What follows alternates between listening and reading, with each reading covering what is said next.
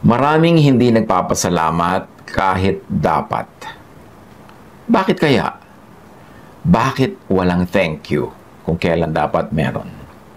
Pag sinuri-suri natin ito mga kapatid, may isip-isip natin na siguro maraming beses na walang thank you dahil feeling entitled yung tao na parang dapat lang, deserve ko to, right ko to, na dapat lang na gawin o ibigay mo yan sa akin.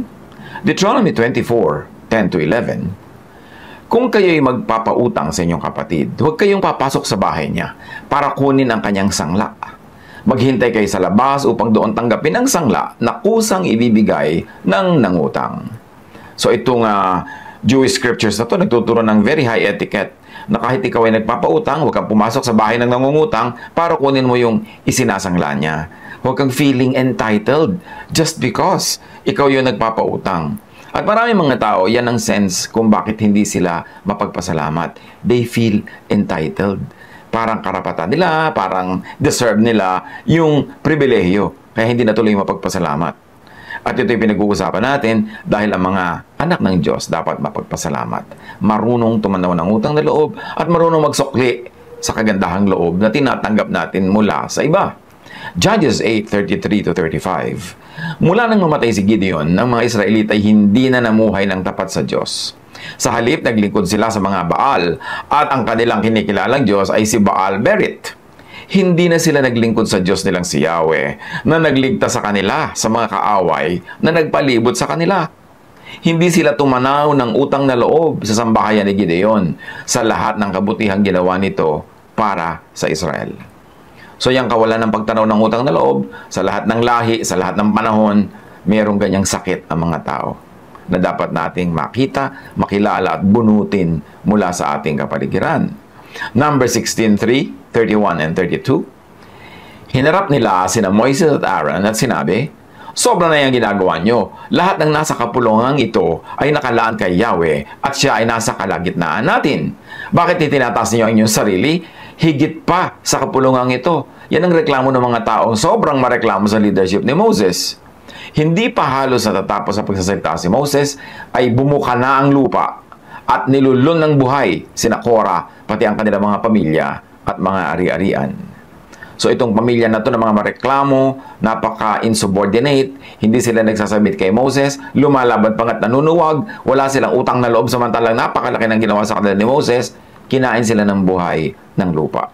Nakikita natin na ayaw ng Diyos ng ganyang ugali na hindi ka marunong mag-submit sa authority, na hindi ka marunong tumanaw ng utang na loob, at gusto mo ipantay ang sarili mo sa mga hinirang ng Diyos na manguna. Wala silang thank you kay Moses, kinain sila ng lupa. At siguro hindi rin nag-thank you sa kanila ang lupa. Bakit walang thank you madalas sa buhay? Dahil nagbabayad naman o nagbayad naman. Yan ang asal ng mga dumadaan sa pinto ng mga business establishments.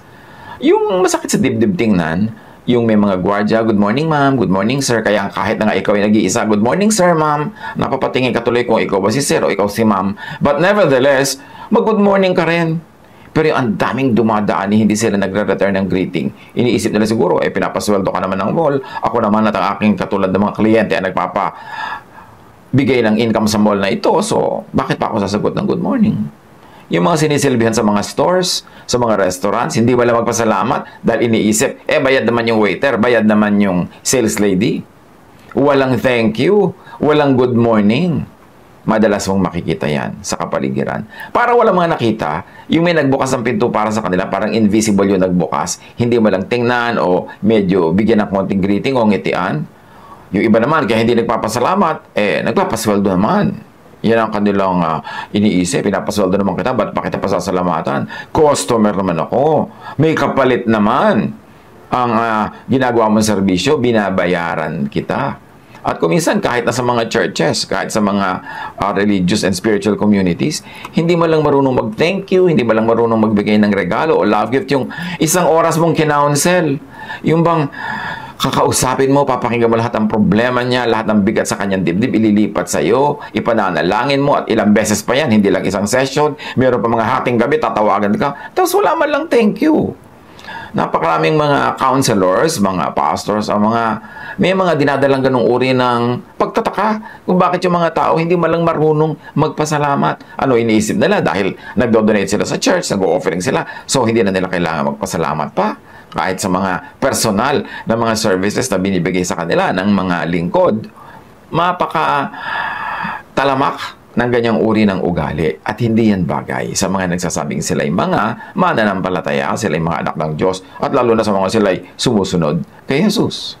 Colossians 3:17, at anuman ang inyong sasabihin o gagawin, gawin ninyong lahat sa pangalan ng Panginoong Jesus at sa pamamagitan niya ay magpasalamat kayo sa Ama, sa Diyos Ama. Paano nagpapasalamat sa Diyos Ama? Yung salitang salamat po Ama, pero more than that, more than words, yung matulungin ka, mapagpasalamat ka, kumikilala ka ng utang na loob sa mga instruments ng Diyos, yung ikaw ay expressive sa iyong pasalamat, pasalamat mo rin yun sa Ama.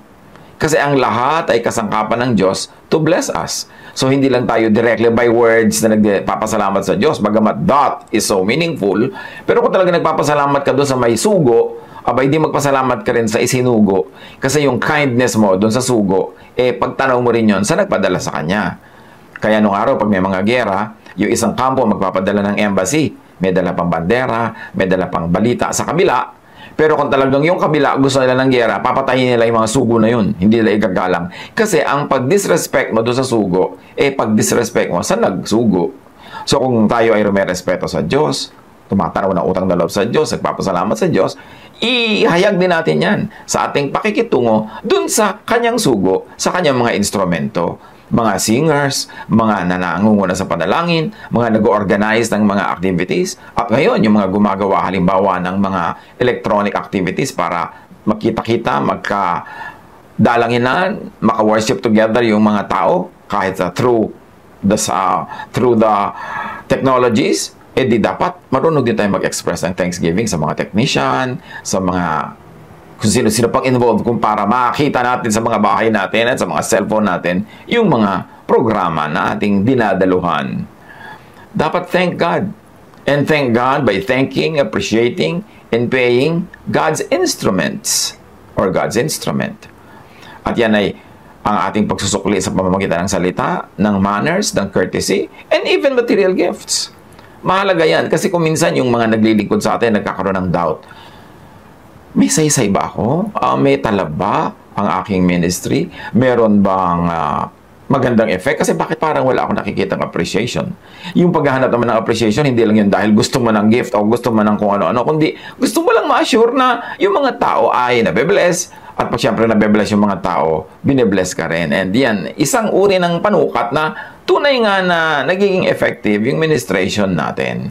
Hindi lang yan sa mga manggagawa sa church, pati sa mga doktor, pati sa mga street sweepers, pati sa mga janitors. Kung ina-appreciate natin sila, we should be more giving of kind words, of thankful words, words of gratitude, and even material gifts na hindi naman natin ipaghihirap kung ating ibibigayan. So, bakit walang thank you? Madalas dahil sa nakulangan pa. Parang nakulangan pa. Tulad ng nangyayari sa maraming lugar. Binibigyan na tayo ng ayuda ng gobyerno, binibigyan na ng tulong. Bitin pa yung iba, kukulangan pa, nagagalit pa. Samantalang, kahit naman wala pa nung quarantine at walang lockdown, wala na rin trabaho yung iba. Para namang nagkaroon ng pagbabago na wala sila ng trabaho. At usually, yun ang mareklamo. Yung mga wala ng trabaho noon, nakakala mo na wala ng trabaho, dati namang wala na. Magpasalamat tayo kasi limited ang resources ng lipunan natin. Naturally, alam naman natin na hindi laging perfect yung way of distribution. Nagkakaroon ng mga imperfections yung paraan. Pero ang ating appreciated yung intention. The intention of those who make the decisions. Yung implementation, yung mga kakulangan yan, siyempre dapat improve yan. Pero huwag nating isisiyan doon sa mga top leaders lagi dahil ang layo-layo na sa chain of command kumisan yung mga nangyayaring mga imperfections. Ba't hindi lang yan sa ganyan kahit sa pamilya? Yung pinag-aral na yung anak, wala pa rin utang na loob sa magulang dahil hindi doon sa gusto niyang school nag-aral, dahil kulang ang allowance niya. Samantalang hirap na nga yung pamilya. Sa mga kumpanya na hindi na-appreciate ng mga empleyado yung pagsisikap ng kumpanya na mapasweldo sila on time kahit pag kumisan walang increase. Sometimes makapagpasweldo ka lang talagang napakalaking achievement na lalo sa ganitong mga panahon. So huwag na tayong nakukulangan pa. Matuto tayong magpasalamat kahit sa parang sa tingin natin kulang kaysa wala. 1 Timothy 6:6-8. Kung sa bagay, malaki nga ang mapapakinabang sa relihiyon kung ang tao ay marunong masyahan. Wala tayong dalang anuman sa sanlibutan at wala rin tayong madadalang anuman pag alis dito. Kaya nga, dapat na tayong masyahan kung tayo ay may kinakain at isinusuot.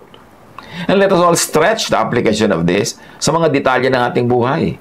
Dapat na tayong matutong masyahan sa mga konting na-afford ibigay ng magulang, konting na ibibigay ni ate, ni kuya, ng kapatid, sa konting na itutulong halimbawa ng ganito mga grupo at ganyan. Magpasalamat tayo. Magtuto tayong maging appreciative, hindi mareklamo.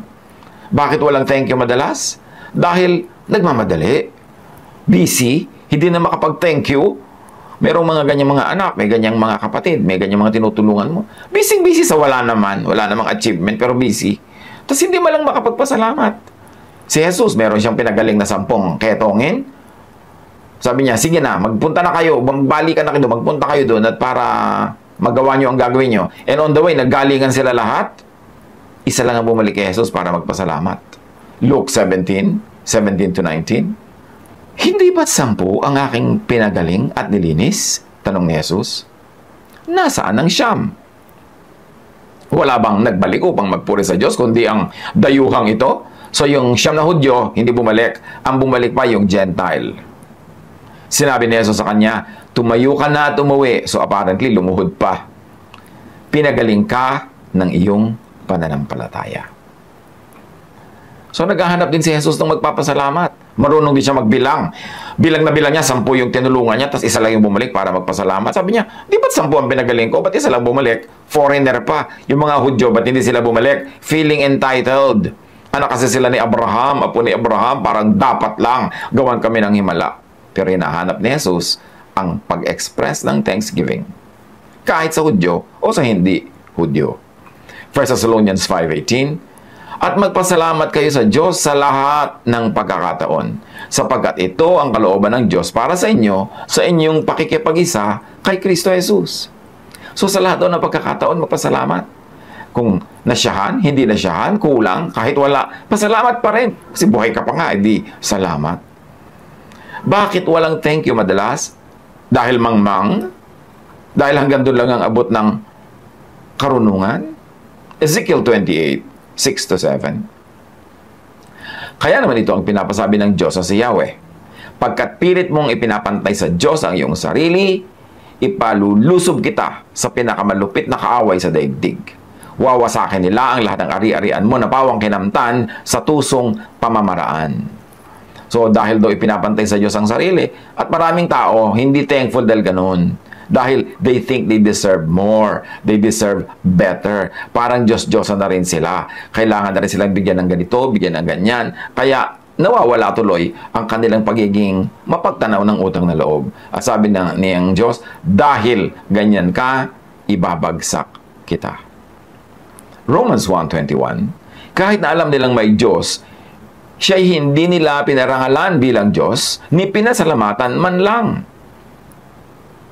So, hindi pinapasalamatan ng Diyos. Hindi pinapasalamatan ng mga instrumento ng Diyos, sa mga hinirang ng Diyos. Offend ng Diyos. Sa halip, naghaka-haka sila ng mga bagay na walang kabuluhan, kaya't nagdilim ang hangal nilang pag-iisip. May mga consequences pagka hindi mo nire-recognize ang Diyos, pagka hindi ka thankful, hindi ka appreciative. 1 Samuel 25:10-11 and 32-34. Sinabi ni Nabal, sino ba si David? Sinong anak ni Jesse? Ang tinapay, inumin at pagkain para sa aking mga manggugupit ay hindi ko maibibigay sa mga taong hindi ko alam kung saang lupalop ng galing.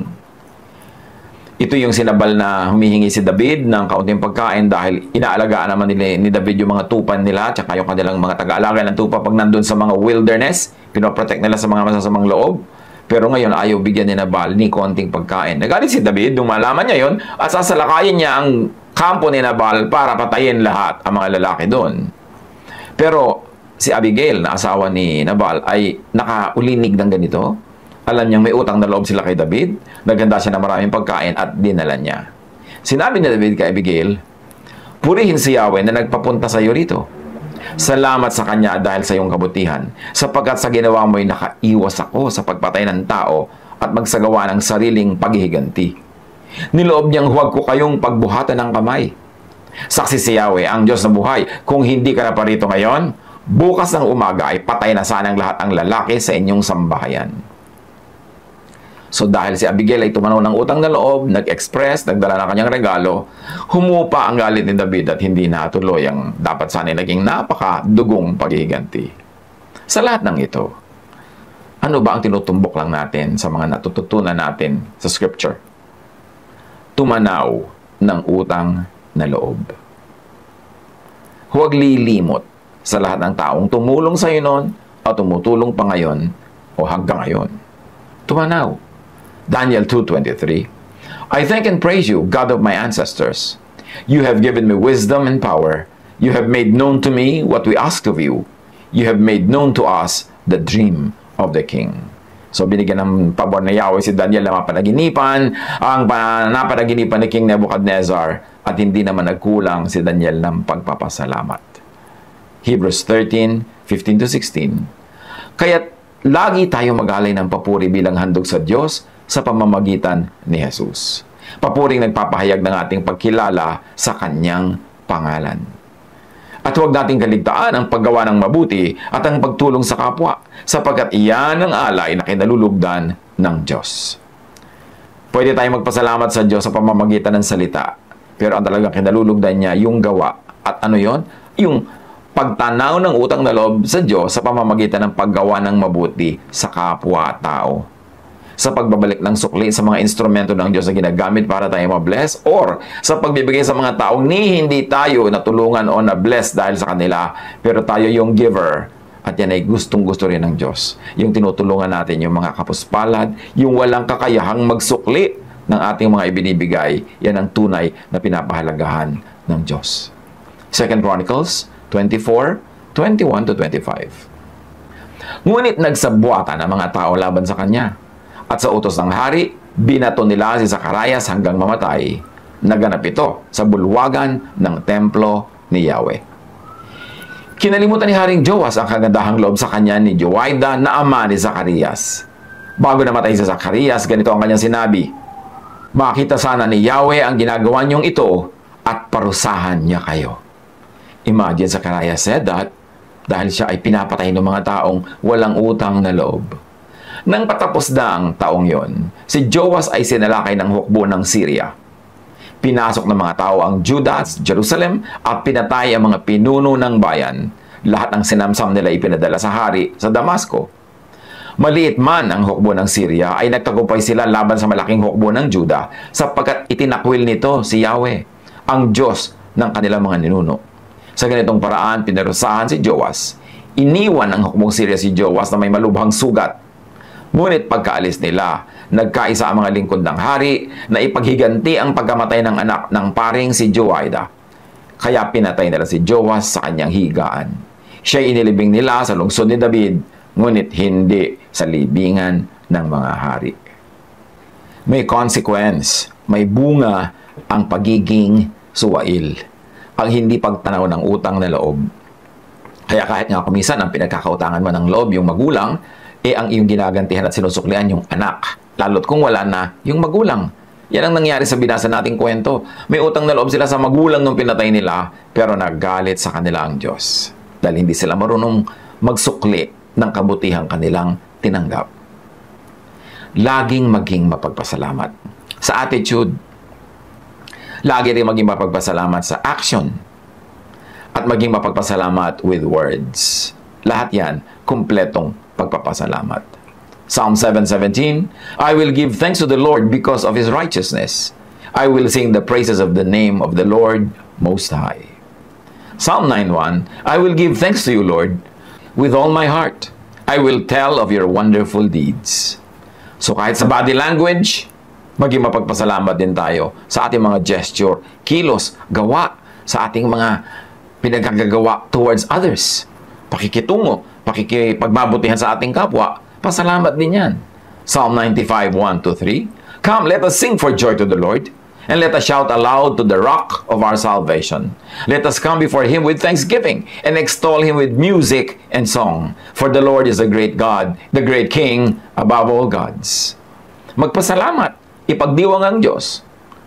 Kung mo ba may quarantine, kung mo ba may lockdown, hindi ka na makakapagpasalamat sa Diyos, magmumukmok na lang, magrereklamo, mag-iisip ng mga nega, malulungkot. Kahit ano ang sitwasyon, dapat nating hanapan ng dahilan para tayo magpasalamat. Buhay pa tayo, may kinakain pa tayo. Kuminsan meron tayong mga nararamdaman, pero buhay pa tayo. Kuminsan meron tayong mga kakilala na may mga sakit, nawawala dito sa balat ng lupa. Pero hindi lahat, ang dami pang natitira. Dapat marunong tayong magbilang ng mga natitirang pagpapala. Hindi ang lagi nating minamalaki yung nawawala na gusto dapat nandyan dahil parang we feel entitled na dapat nandyan yan. Sa ganito mga sitwasyon, pwede ba magpasalamat? Yes! In fact, dapat. Kasi ang pagpapasalamat nga ang maaaring makapagtaboy ng mga kadiliman at hirap ng buhay. Pero kung lalo ka magrereklamo, magmumukmok, lalong bibigat ang mga dalahin sa buhay. Pwede ba tayo maging mapagpasalamat, expressive? Pwede pa rin ba tayo magbigay sa kapwa, magregalo, tumulong? Yes, mas dapat nga. Because you keep what you give away. Because when you give, you receive. So sige, sa hirap ng buhay na nararanasan ng iba, maging maramot, maging makasarili. Pero makakatulong ba yan? No. Because what we give is what we receive in return. Baka nga kaya kuminsan tayo walang natatanggap dahil hindi naman lang tayo marunong magbigay. At yung mga iba, bakit hindi marunong magbigay sa kapwa? Kasi they feel, merong crisis, merong problema, merong quarantine, bakit ako magiging mapagbigay? Kahit anong sitwasyon, mas mahirap nga ang sitwasyon, mas kailangan maging mapagbigay tayo sa kapwa dahil mas kailangan yung tulong. At hindi natutulog ang Diyos, sabi nga ng matatanda. Alam niya ang ating mga ginagawa, alam niya ang ating mga itinatanim, at marunong ang Diyos magpabunga ng ating mga tanim. Sa kabila ng mga nangyayaring mga challenges, mas maging mapagpasalamat, mas maging mapagbigay, mas maging maluwag ang loob, at yan ang daan para tayo puntahan ng mga blessings ng Diyos.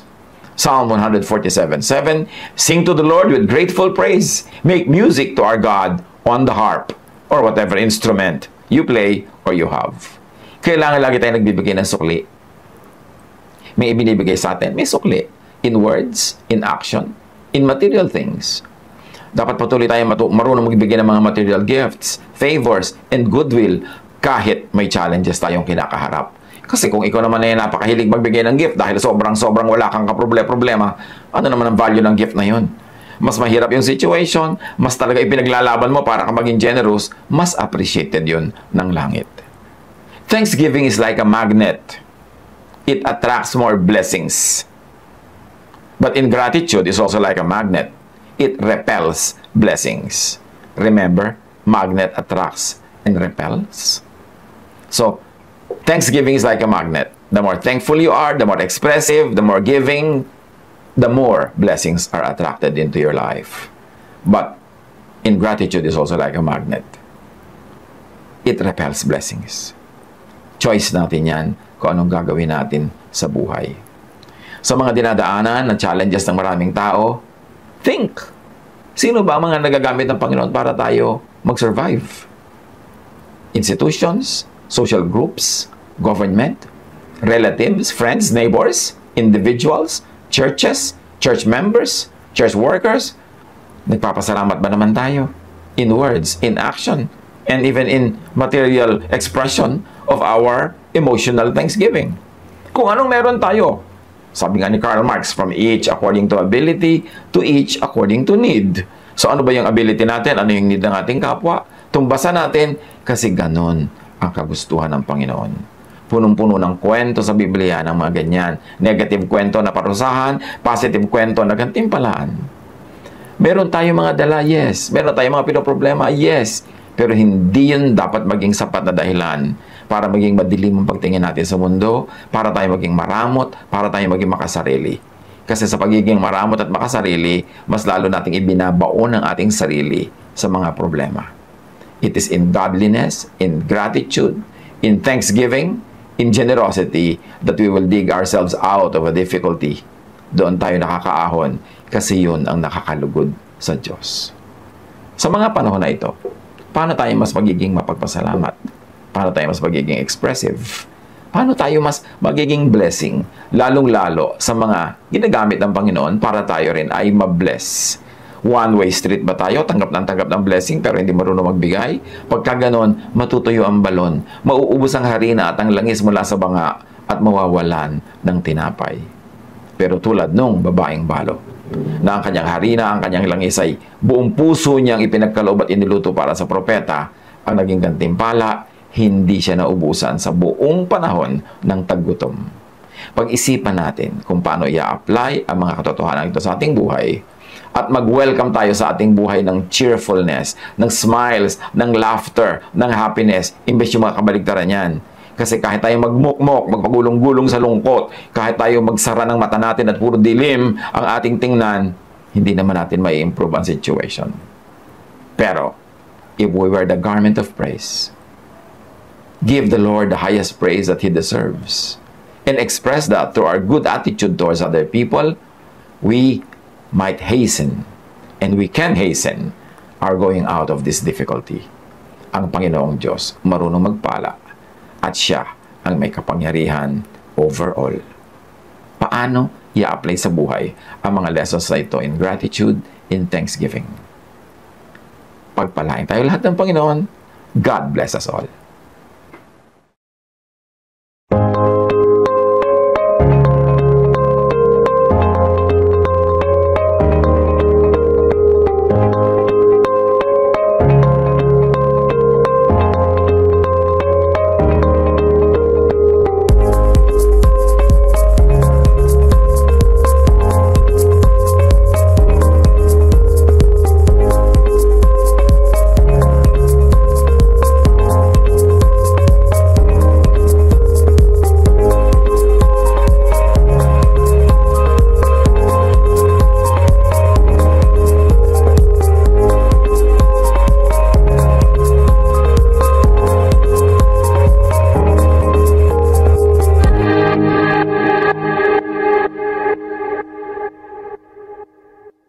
Love to you, mga pamangkin.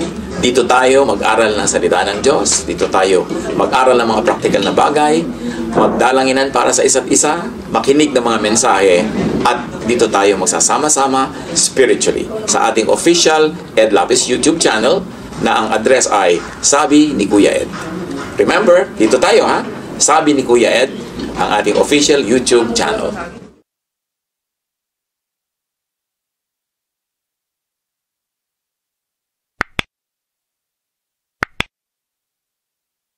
Do not forget to subscribe. Click the subscribe button and ring the bell for notification. Like, comment, and share our official YouTube channel.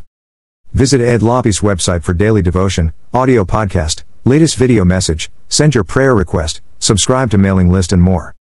Visit edlapis.com.ph.